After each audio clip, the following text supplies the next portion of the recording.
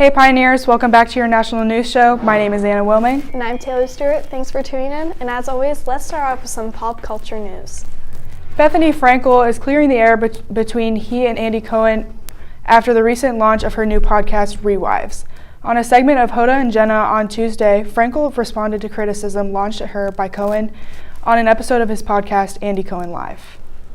Frankel, known for her time starring on The Real Housewives of New York City, launched her Rewives podcast with the goal of rewatching episodes from the series and commenting on them with, quote, unexpected thought leaders and celebrity friends, end quote, according to the podcast description. In response to the podcast launch, Cohen shared that he was surprised that Frankel was starting the series. With less than 2 years to go before the Summer Olympics, Tom Daley knows time's running out on deciding whether to participate in his fifth game or not. The first British diver to ever win 4 Olympic medals, Daley is on the fence. Quote, I haven't really made any final decisions yet, and I'm enjoying a little bit of time away from the pool, end quote. Daley tells Today.com in a sit-down interview. Daley says there are other things he'd like to do, including spending more time with husband Dustin Lance Black and their 5-year-old son, Robert. After Michigan beat Ohio State with stunning ease for the second straight year, Wolverines defensive back Mike Sainristil grabbed a huge maize and blue flag and rushed with teammates to the Block O in the middle of the Ohio Stadium turf.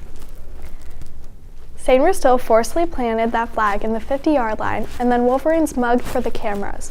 Ohio State's players leaving the field barely looked their way. Again, Michigan was the best team in the game, this time by a score of 45-23. All eyes are on period drama's controversial star Will Smith. It's the actor's first movie role since the 94th Academy Awards in March, where he won the Best Actor statue for King Richard and shocked viewers by slapping Chris Rock after the comedian told a joke that involved his wife, Jada Pinkett Smith. In a new interview, Smith made it clear that he wants people's eyes focused on the rest of the movie's creative team. Quote, my deepest concern is my team, end quote, the Men in Blank star told Fox 5's Kevin McCarthy. Quote, the people on this team have done some of the best work of their entire careers, and my deepest hope is that my actions don't penalize my team, end quote. Now here's a quick rundown on the Marriage Act with Holly and Mr. Carmichael. The Senate has just passed a bipartisan legislation which ensures same-sex and interracial marriages protected by federal law. Here's what you need to know. So what happened yesterday in the U.S. Senate is that they passed by a vote of 61-36 the Protection of Marriage Act. Now, understand that this has not yet passed the House of Representatives.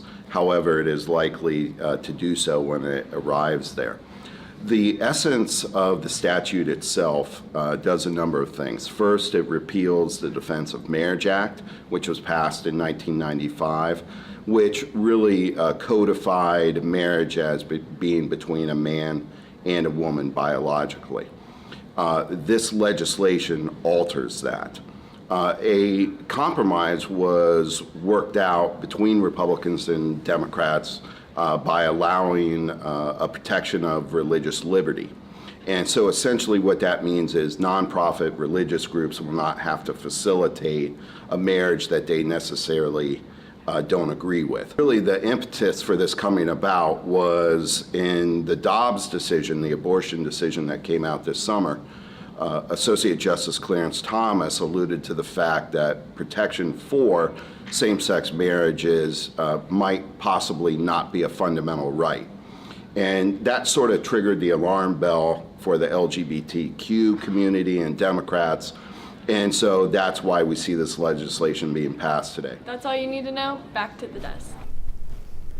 Now let's get back into some more national news. At the outbreak of the COVID-19 pandemic, China set out its zero COVID measures that were harsh, but not out of line with what many other countries were doing to try and contain the virus.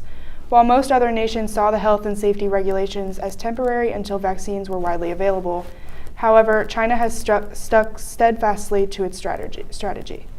Wary of the policy that has confined millions of people to their homes in an attempt to isolate every infection, and with an eye on the freedoms now enjoyed elsewhere around the world, protests have broken out around China in recent days.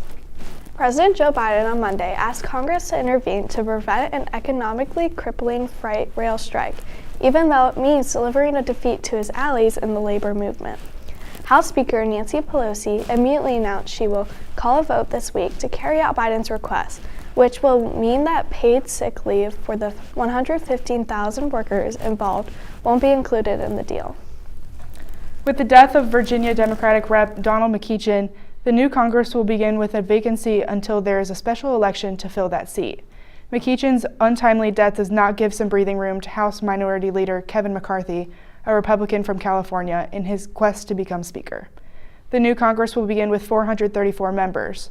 The magic number for McCarthy continues to be 218, an outright majority of the entire body. A family in Fort Worth, Texas has been reunited with their daughter who was kidnapped as a baby more than 5 decades ago, thanks to a DNA match from the ancestry service 23andMe, the family announced Sunday. Melissa Hinesmith was just 22 months old in 1971 when she was eligibly abducted by a woman who was hired to babysit her, according to posts by the family over the years. Hinesmith was raised with the name Melaine and lived in Fort Worth for much more of her life, never knowing she was missing, according to CNN affiliate KTVT.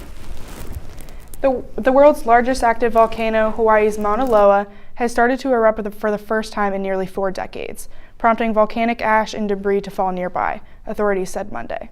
The eruption began at approximately 11:30 p.m. Sunday in Hawaii's Volcano National Park, the summit caldera of the Mauna Loa volcano inside Hawaii Volcanoes National Park on the Big Island. As of 2:43 a.m. local time, the eruption continues at the summit of Mauna Loa, according to the latest Hawaiian Volcano Observatory status report from the U.S. Geological Survey. Well, that's all we have for you today, Pioneers. For The Juice, I'm Taylor Stewart. And I'm Anna Wilming. Thanks for tuning in, and we'll see you next week.